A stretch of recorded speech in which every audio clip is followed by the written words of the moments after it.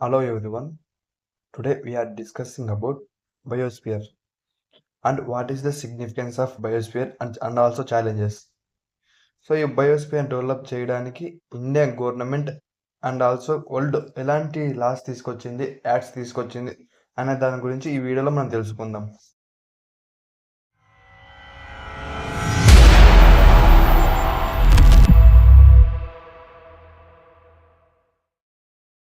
First of all biosphere అంటే different types of plants, animals and microorganisms present in the atmosphere is known as biosphere, like forest biosphere, lake biosphere, and different types of biosphere.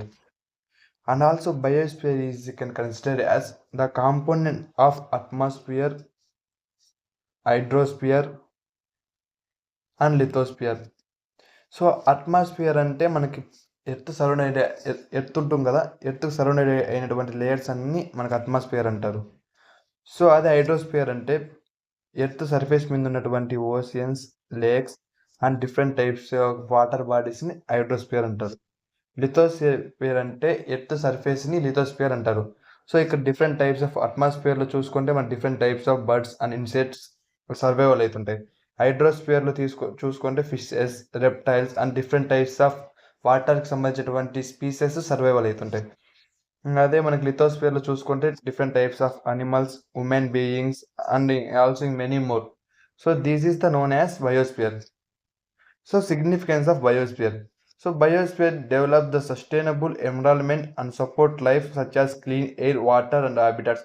అంటే biosphere sustainable environment develop చేసింది and also it is give to the women beings for clean air and clean water and also so many.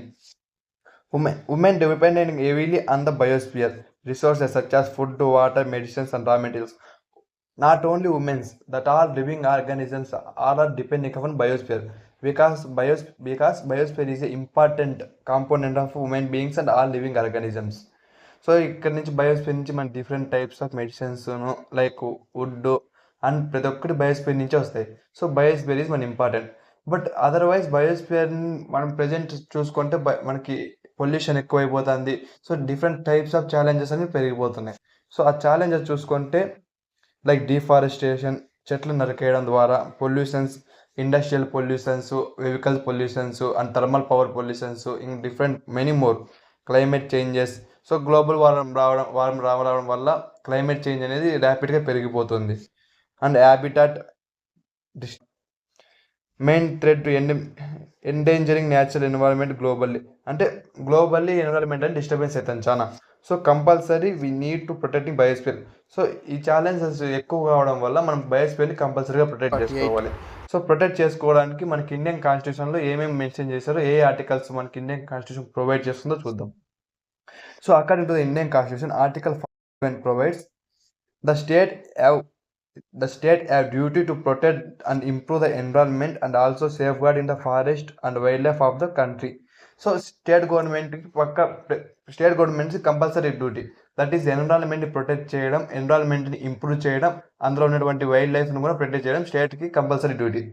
And article 51 subclass, it is a fundamental duty of citizen, it is a DPSPs of states.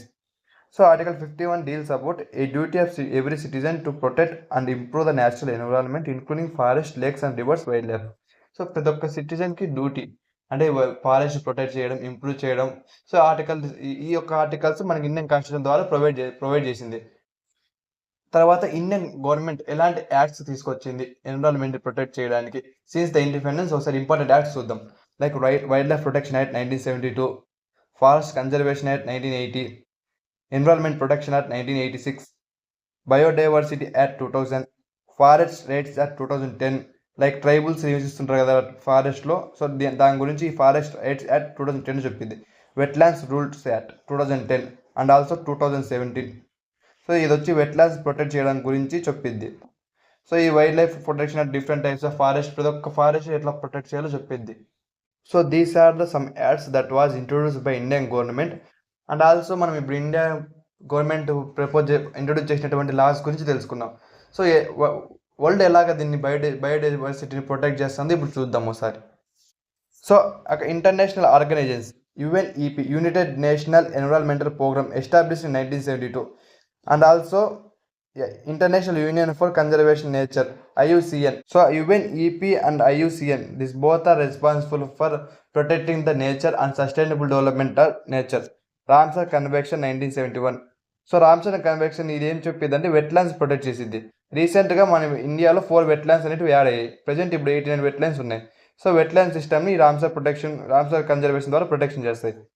So conservation on international. So these are the some important international organizations regarding to the environment protection and different types of protections. So environmental protection కూడా మన బాధ్యత కాబట్టి ప్రతి ఒక్క environment protect చేద్దాం. Thank you friends.